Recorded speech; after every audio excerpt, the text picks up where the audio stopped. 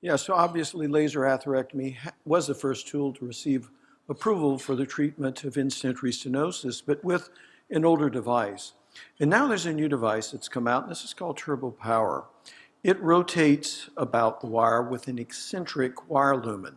But one of the problems we've always had with laser, bare excimer laser energy will actually cut through bone. But laser catheters typically would not. Why is that? Well, with these fiber optic fibers, you can see there's dead space. And there's also metal cladding around, which is not going to ablate through dense calcium. So by rotating this device, we're negating all dead space. In addition to that, this is allowing us to create orthogonal displacement of friction. And so lesions historically we could not treat that were calcified, we're finding that we now can treat fairly effectively.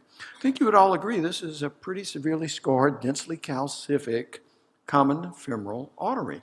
And this is the angiogram there. This is certainly severe dystrophic calcium. It does also involve the profunda. This patient was turned down for surgical endarterectomy because he had had 3 prior endarterectomy attempts and there was dense scar. So we're going to look, and this is the distal vessel, again, more calcium. The patient did move, but we figured we could still use this, and you see the device as it's rotating through this densely calcified lesion, moving very easily. Historically, we would have never tried to use laser on densely calcific lesions like this. I failed to include the IVUS pictures, but it showed intraluminal calcium, not just external calcium. And here we can see the device. I just wanted to let you see how it spins back and forth. Now, we then address this densely calcified SFA and popliteal segment. You can see it spinning through here. It's going through nicely. And you can see now we've had substantial improvement in the common femoral artery. And in the SFA, not perfect, we balloon this. We balloon the common femoral. And now we have a fairly widely patent vessel, but this posterior, but this profunda, we also wanted to clean, and we did not want to have plaque shift. So we lasered that first, and then we ballooned this. And you can see what kind of result we had. And this is just simply laser and balloon with a drug elution balloon, a wide open common femoral, and SFA treated with drug elution balloon. Now the beauty of this case, this entire case from beginning to end was a 15-minute case. And short of the fact that I wanted to show you the laser moving, I could have done most of this with no radiation exposure, simply advancing. Now what about ISR? This is a totally occluded in-stent restenosis. I was one of the principal investigators along with Eric Dipple for the treatment of ISR, but we had problems in that trial. We were supposed to make 4-quadrant passes using something called the turbo booster catheter. 4-quadrant passes were not made in most of those cases because this was a bulky device. It grabbed onto lesions. So we really didn't achieve optimal debulking. Despite that, it was clearly far superior in both safety and efficacy to standard balloon. But do any of us believe that the treatment is simply atherectomy alone? Of course not. It's atherectomy and drug elution of some sort, or atherectomy and a covered stent of some sort if there has been stent disruption.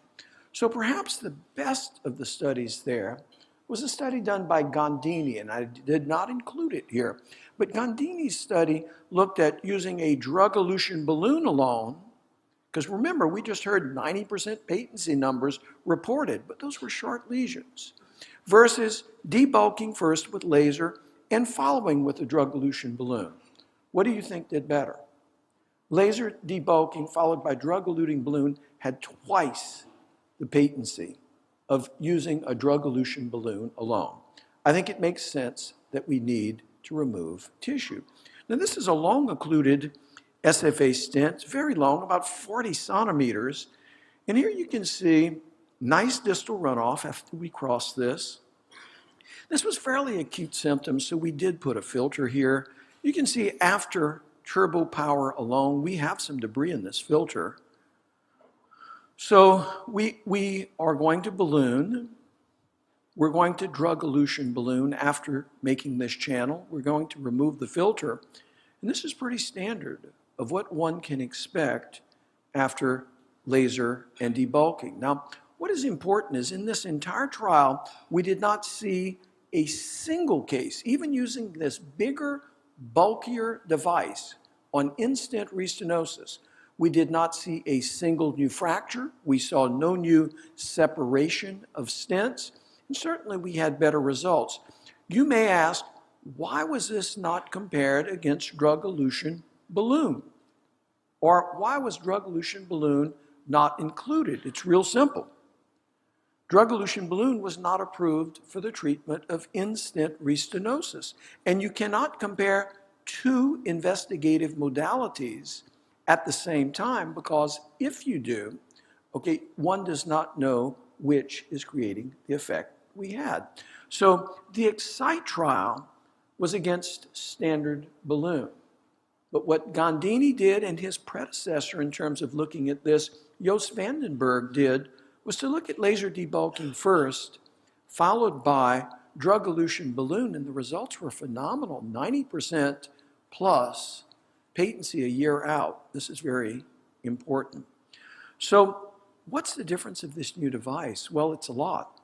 We're getting much more luminal gain by rotating around this eccentric lumen, and it rotates 180 degrees and back. It doesn't just keep drilling. We're having far more luminal gain. We're making much bigger channels, and they tend to be round. Secondly, rotation negates the dead space. Again, remember, there was dead space between the fibers, and there was dead space caused by the cladding around the fibers.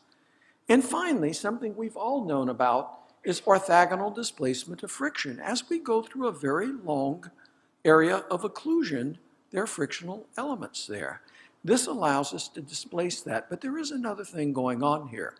As this is making a bigger channel, it is allowing the gases that we're creating as we photoablate to escape rather than go into the vessel wall and cause a dissection. So actually, in all the years in which I've been using laser, I really think turbo power is the single greatest advancement that they have made. I think it will change the applications of laser in general. I thank you for your attention.